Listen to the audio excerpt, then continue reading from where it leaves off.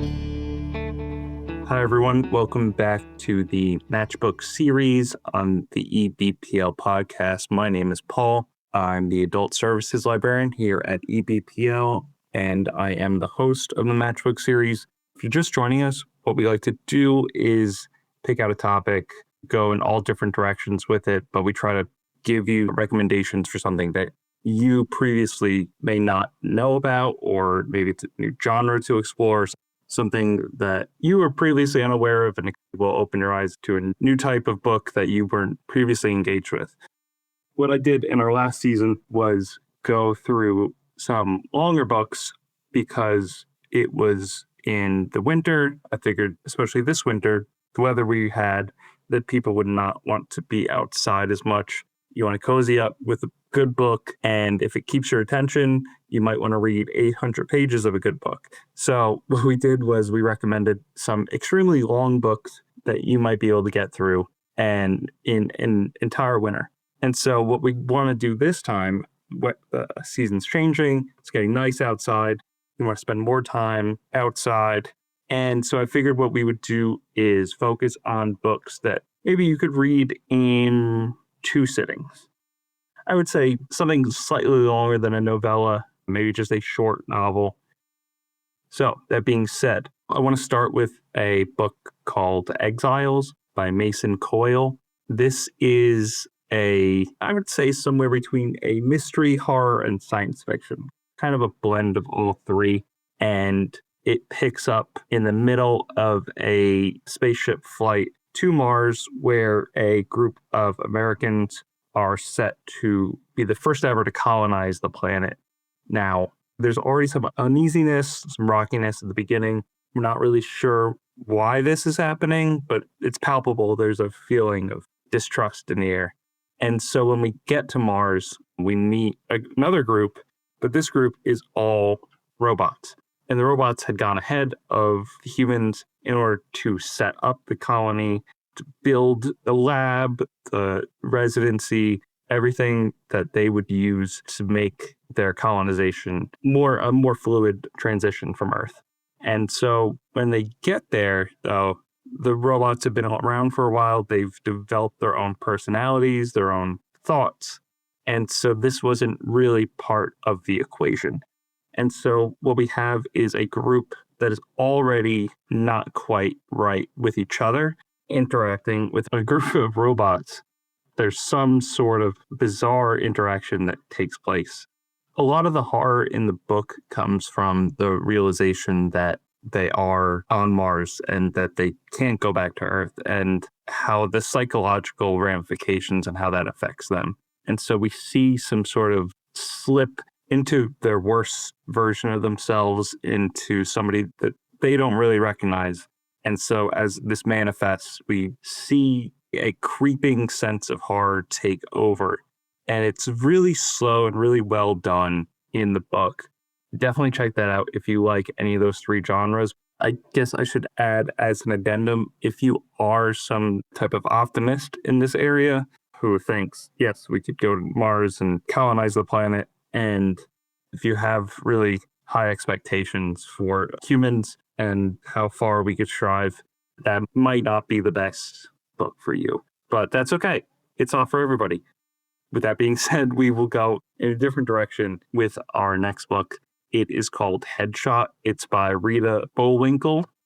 This book is ostensibly, on outside looking in, it is a sports novel about an amateur boxing tournament for young women. And so that is our through line for how we get to some of the other themes and encounters in the actual book. But that is more of a way of peeking inside the physical competition to see who the people really are who are competing. It's told through a series of matchups at this competition. And while we do see some of the actual athletic competition going on, what we get is a look at their personal history. When we see how all of these people from all these wildly different backgrounds somehow ended up all at the same tournament.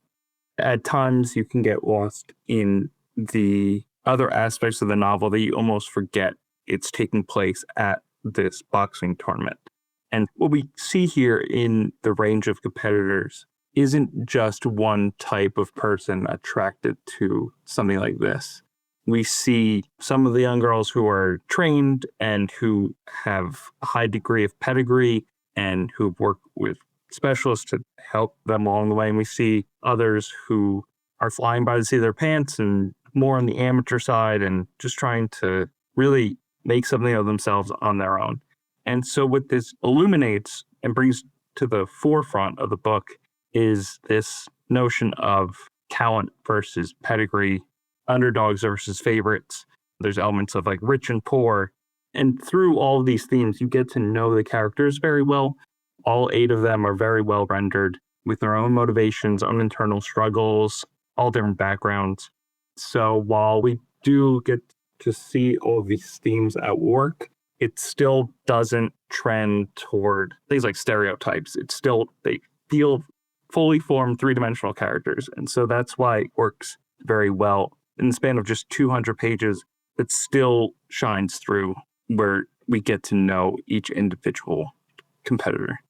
So what the structure of the chapters is divided into the actual boxing bouts themselves. And so we focus on those 2 characters in the bout and in each chapter. While we do see some of the actual boxing action, it's always cut away with how they got there, what their future is going to look like.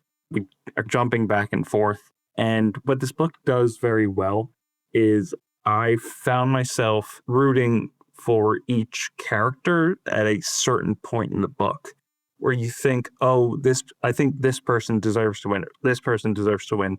And as you peel back more and more about who these people are, you find that it's almost so difficult to choose, and you feel extremely conflicted in a way that is very natural just because it's written about flawed people who are just trying to do their best. And so you come away with mixed feelings about who you want to win and what you want the outcome to be. But definitely check that out. Even if you're not the biggest sports fan, it's mostly not about boxing. It's using boxing as more of a metaphor for the harshness that we face in life.